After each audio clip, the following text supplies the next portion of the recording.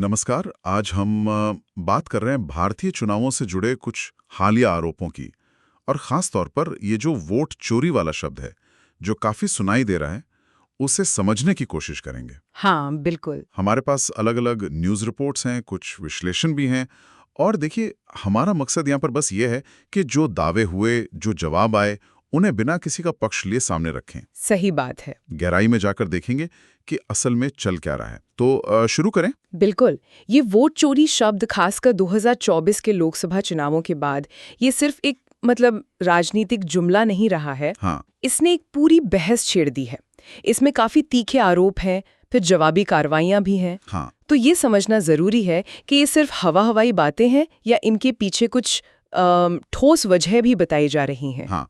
और ये मामला, जैसे आपने कहा, 2024 के बाद का है, लेकिन अगस्त 2025 के आसपास ये एकदम से काफी गर्मा गया। तो ये कहानी शुरू कहाँ से हुई? मतलब पहला दावा कब और किसने किया? देखिए, इसकी शुरुआत हुई 1 अगस्त 2025 को। लोकसभा में विपक्ष के नेता राहुल गांधी ने एक प्रेस कॉन्फ्रेंस की। अच्छा। और उसमें उन्होंने ये कहकर सनसनी फैला दी कि उनके पास 2024 के आम चुनावों में हुई कथित चुनावी धांधली के सबूत हैं। और उन्होंने उसे कहा सबूतों का एटम बम। Atom bomb. अरे बाप रे, ये तो वाकई बहुत बहुत भारी शब्द है। हाँ, बिल्कुल। इससे ये साफ हो गया था कि वो इसे बहुत संजीदगी से पेश करने वाले हैं। ये शब्द ही काफी था माहौल बनाने के लिए। तो क्या उन्होंने उस वक्त या उसके बाद कोई खास उदाहरण दिया, या सिर्फ ये एटम बम कहकर छोड़ दिया? नहीं, शुरुआत में तो इशारा ही था, लेकिन फिर कुछ ही दिन बाद 7 अगस्त को उन्होंने एक खास जगह का नाम लिया। बैंगलोर सेंट्रल लोकसभा सीट का महादेवपुरा विधानसभा क्षेत्र। महादेवपुरा, बेंगलोर, ओके। हाँ, उन्होंने दावा किया कि वहां मतदाता सूची में वोटर लिस्ट में बड़े पैमाने पर गड़बड़ियां मिली हैं। और इस बार सिर्फ आरोप नहीं, कुछ आंकड़े भी रखे उन्होंने। आंकड़े? अच्छा, किस तरह के आंकड़े थे? उनके मुताबिक महादेवपुरा में लगभग 11,956 मतदाता ऐसे थे जिनके नाम एक से ज्यादा बार दर्ज थे, मतलब डुप्लीकेट वोटर्स। 11,000 से ज्यादा डुप्लीकेट? ठीक है। हाँ? हाँ, फिर करीब 40,009 मतदाताओं के पते अमान्य पाए गए। 40,000, ये तो बहुत बड़ी संख्या है। अमान्य पते मतलब वो पते या तो मौजूद नहीं थे या पूरी तरह से गलत थे। सोचिए, इतनी बड़ी संख्या में पते गलत होना, ये अपने आप में सवाल है। हाँ, बिल्कुल। और फिर 10,452 मामले बल्क रजिस्ट्रेशन के बताए गए, जैसे एक ही पते पर 80-80 लोगों के नाम दर्ज थे। एक पते पर 80 लोग, ये कैसे मुमकिन है? हाँ, यही तो सवाल उठाया गया। और चौथा, 4,132 मतदाताओं की तस्वीरें या तो गलत थीं या मानक के हिसाब से नहीं थी। बाप रे, ये आंकड़े तो सच में चौंकाने वाले हैं। 11,000 डुप्लीकेट, 40,000 अमान्य पते, 10,000 बल्क रजिस्ट्रेशन। ये छोटे मोटे क्लेरिकल एरर तो नहीं लगते हैं ना? नहीं, बिल्कुल नहीं। मतदाता सूची तो किसी भी चुनाव की एकदम बुनियाद होती है। अगर उसी में इतनी बड़ी गड़बड़ी के आरोप हैं, तो ये तो सीधे चुनाव की निष्पक्षता पर ही सवाल खड़ा कर देता है। बिल्कुल। और इसीलिए ये सिर्फ आंकड़े नहीं रहे, ये पूरी राजनीतिक बहस का केंद्र बन गए। देखिए, डुप्लीकेट वोटर का मतलब है कि शायद कोई एक से ज्यादा वोट डाल सकता है। हाँ। अमान्य पते का मतलब है कि ये वोटर शायद वहां रहते ही नहीं, या ये फर्जी नाम भी हो सकते हैं। हो सकता है। और बल्क रजिस्ट्रेशन, एक ही पते पर ढेरों नाम, ये अक्सर फर्जी वोटरों को लिस्ट में डालने का एक तरीका माना जाता है। तो ये आंकड़े सीधे सीधे मतदाता सूची की, कह सकते हैं, पवित्रता पर उंगली उठा रहे थे। क्या उन्होंने सिर्फ ये आंकड़े ही दिए, या ये भी बताया कि ये गड़बड़ियां हुई कैसे? प्रक्रिया में कहाँ कमी थी? हाँ, उन्होंने प्रक्रिया पर भी सवाल उठाए। उन्होंने फॉर्म 6 के दुरुपयोग का जिक्र किया। फॉर्म 6 वो एप्लीकेशन होती है जिससे कोई अपना नाम वोटर लिस्ट में जुड़वाता है। अच्छा, हाँ। तो आरोप था कि इस फॉर्म का गलत इस्तेमाल करके फर्जी नाम जोड़े गए। इसके अलावा वोटर लिस्ट में पिता के नाम या मकान नंबर की एंट्रीज में भी कुछ अजीब पैटर्न देखने की बात कही गई। अजीब पैटर्न मतलब? जैसे शायद बहुत सारे लोगों के पिता का नाम एक जैसा लिख दिया गया हो, या मकान नंबर ऐसे हों जो असल में हो ही ना। ये इशारा करता है कि शायद डेटा एंट्री में जानबूझकर छेड़छाड़ हुई हो। समझ गया। तो ये सिर्फ आंकड़ों की बात नहीं थी, बल्कि इस प्रक्रिया पर भी सवाल था जिससे लिस्ट बनती है, अपडेट होती है। अच्छा, अब सवाल ये है कि क्या ये आरोप सिर्फ महादेवपुरा तक ही सीमित थे, या इसे एक बड़े पैटर्न के तौर पर दिखाया गया? नहीं, महादेवपुरा को उन्होंने एक तरह से केस स्टडी की तरह पेश किया। ओके। राहुल गांधी ने इसके साथ ये भी जोड़ा कि 2024 के चुनावों में कांग्रेस पार्टी लगभग 70 लोकसभा सीटें ऐसी हारी जहां हार का अंतर 50,000 वोटों से भी कम था। 70 सीटें 50,000 से कम मार्जिन से, ये तो काफी अहम बात है। हाँ, उनका तर्क ये था कि जब एक जगह महादेवपुरा में इतनी गड़बड़ी मिल सकती है तो इन सभी करीबी मुकाबले वाली सीटों की भी जांच होनी चाहिए। कहीं वहां भी तो ऐसा कुछ नहीं हुआ? अगर इन आरोपों में दम है तो 70 सीटें तो नतीजों पर बहुत बड़ा असर डाल सकते हैं। क्या उन्होंने ये बताया कि कुल कितनी सीटों पर उन्हें शक है? हाँ, उन्होंने दावा किया कि बेंगलुरु सेंट्रल समेत देश भर में कुल 48 लोकसभा क्षेत्र ऐसे थे जो उनके मुताबिक वोट चोरी से प्रभावित थे। 48 सीटें? हाँ। तो ये मामला एक विधानसभा क्षेत्र से बढ़कर राष्ट्रीय स्तर पर लगभग 50 सीटों तक पहुंच गया। बिल्कुल, इससे इसके राजनीतिक मायने और बढ़ गए। ये सिर्फ एक लोकल इशू नहीं रहा। अब इतने बड़े दावे के बाद कांग्रेस पार्टी ने क्या सिर्फ बयान दिए या इसे किसी रणनीति के तहत आगे भी बढ़ाया? नहीं, ये सिर्फ बयानों तक नहीं रहा। इसे एक बाकायदा मतलब ऑर्गेनाइज्ड कैंपेन की शक्ल दी गई। 10 अगस्त को कांग्रेस ने एक समर्पित अभियान लॉन्च किया। अच्छा, पूरा अभियान? क्या नाम था उसका? नाम भी उन्होंने वही रखा जिसके इर्द गिर्द पूरी बहस थी, वोट चोरी। ओके, और इस अभियान में क्या क्या शामिल था? कई चीजें थी इसमें। सबसे पहले एक वेबसाइट लॉन्च की, वोटचोरी.in। वोटचोरी.in? हाँ, इसका मकसद था कि आम लोग या पार्टी के कार्यकर्ता जिन्हें भी चुनाव प्रक्रिया में कहीं कोई गड़बड़ी का सबूत मिले वो इस प्लेटफॉर्म पर शेयर कर सकें। एक तरह से सबूत जुटाने के लिए क्राउड सोर्सिंग का प्रयास था ये तो इंटरेस्टिंग तरीका। वेबसाइट के अलावा और क्या था? एक कॉल इन नंबर भी जारी किया गया ताकि लोग फोन करके भी अपनी शिकायतें या जानकारी दे सकें। ठीक है। इसके साथ ही पार्टी अध्यक्ष मल्लिकार्जुन खड़गे का एक वीडियो संदेश भी आया। उसमें उन्होंने वोट के अधिकार को पहचान से जोड़ा।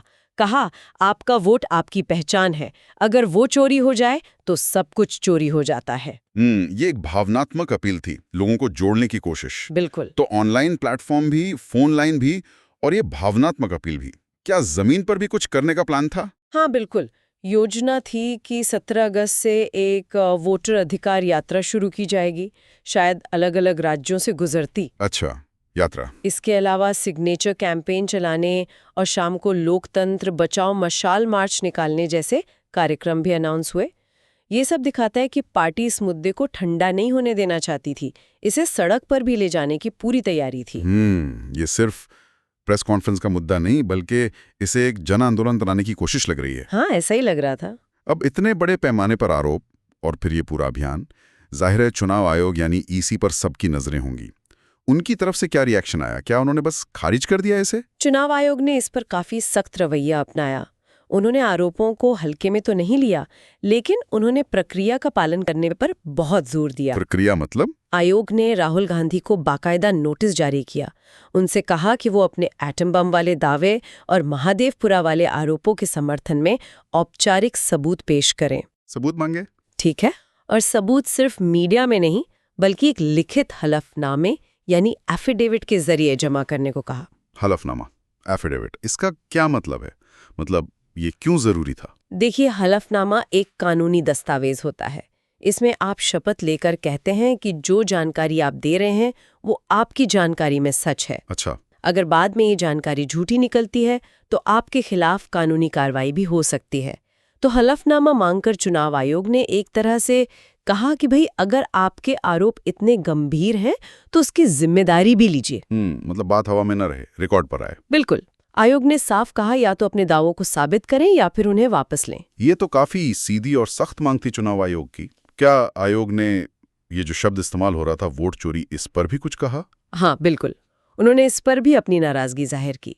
आयोग ने ऐसे शब्दों को आपत्तिजनक कहा या चुनावी प्रक्रिया की गरिमा के खिलाफ बताया। अच्छा। उनका कहना था कि इस तरह के जुमले न सिर्फ पूरे चुनाव मशीनरी पर शक पैदा करते हैं, बल्कि ये उन लाखों वोटरों और चुनाव कर्मियों का भी अपमान है जो इस पूरी प्रक्रिया में शामिल होते हैं।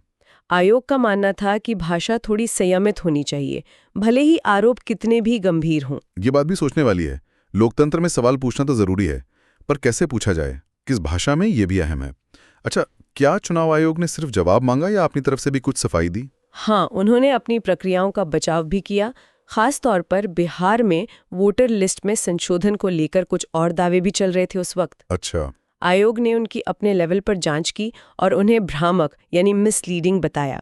उन्होंने जोर देकर कहा कि भारत की चुनावी प्रक्रिया काफी पारदर्शी है, इसमें कई लेवल पर चेक्स एंड बैलेंसेस हैं। उन्होंने ये भी याद दिलाया कि कैसे वो राजनीतिक दलों के साथ वोटर लिस्ट शेयर करते हैं, उन्हें आपत्तियां दर्ज करने का मौका देते हैं। तो एक तरह से वो ये भी पूछ रहे थे कि अगर गड़बड़ी थी तो पहले क्यों नहीं बताया गया। समझ गया।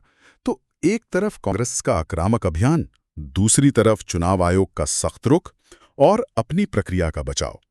इससे राजनीतिक माहौल तो काफी गर्म हो गया होगा। हाँ, बहुत ज्यादा। क्या ये सिर्फ कांग्रेस और चुनाव आयोग के बीच का ही मामला रहा या बाकी पार्टियां भी इसमें शामिल हुई? नहीं, ये मामला तुरंत ही एक बड़े राजनीतिक टकराव में बदल गया।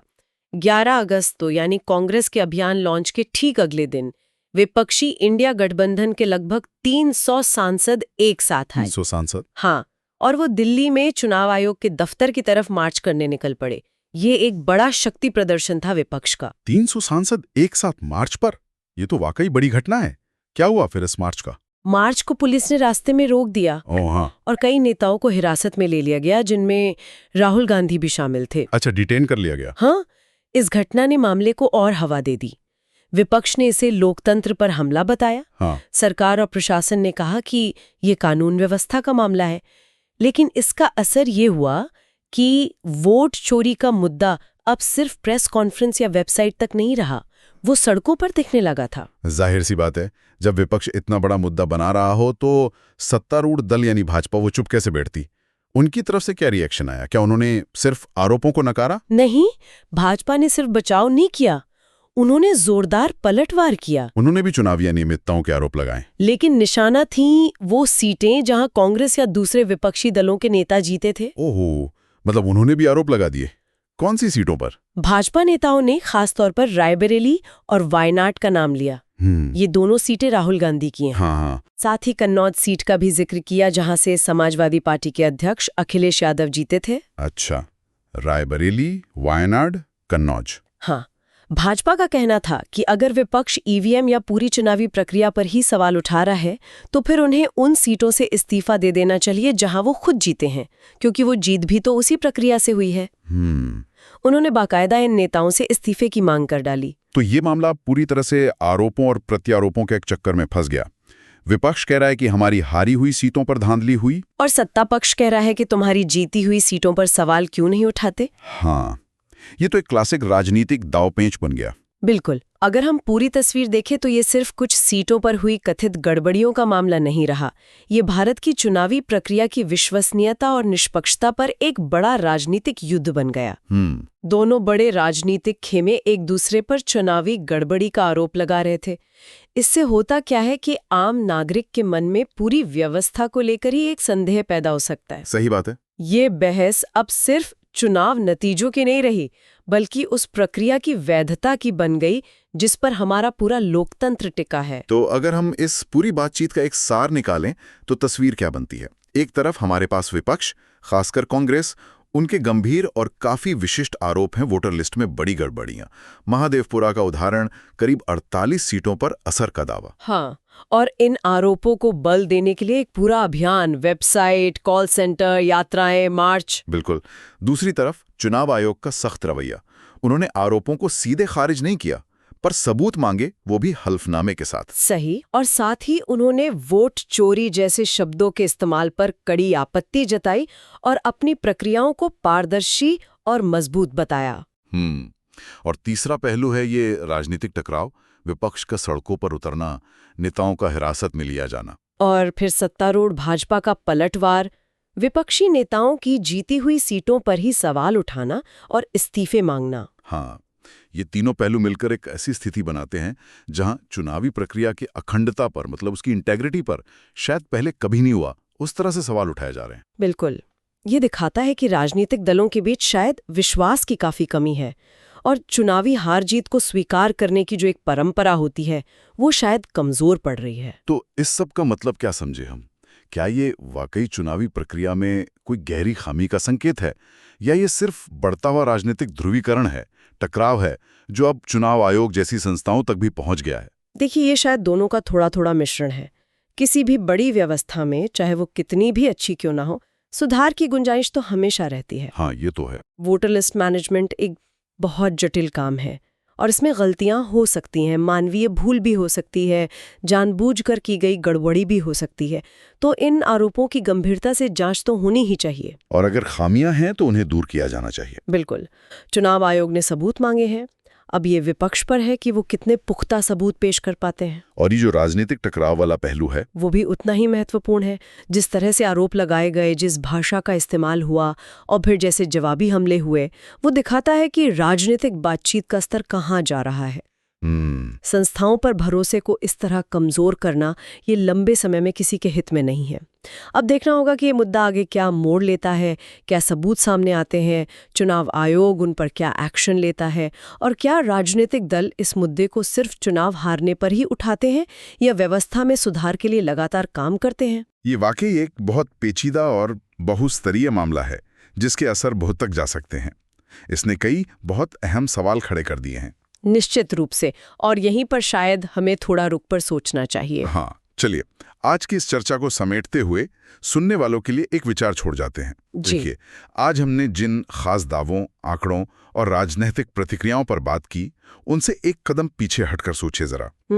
ये जो वोट चोरी जैसा शब्द है, जो अचानक इतना ज्यादा सुनाई देने लगा है और जिस तरह से एक पूरे अभियान का रूप दिया गया, ये भारत की चुनावी व्यवस्था और उस पर लोगों के भरोसे के बारे में असल में क्या कहता है। हाँ, ये सोचने वाली बात है। क्या ये सिर्फ 2024 के नतीजों से जुड़ी एक तात्कालिक मतलब फौरी प्रतिक्रिया है, या ये भविष्य में हमारी चुनावी राजनीति के बदलते हुए मिजाज का संकेत है, जहां शायद प्रक्रिया पर सवाल उठाना ही अपने आप में एक राजनीतिक रणनीति बन जाए? ये एक बड़ा सवाल है। इस पर सोचने से शायद हमें हमारे मौजूदा राजनीतिक माहौल की एक गहरी परत समझ में आ सकती है।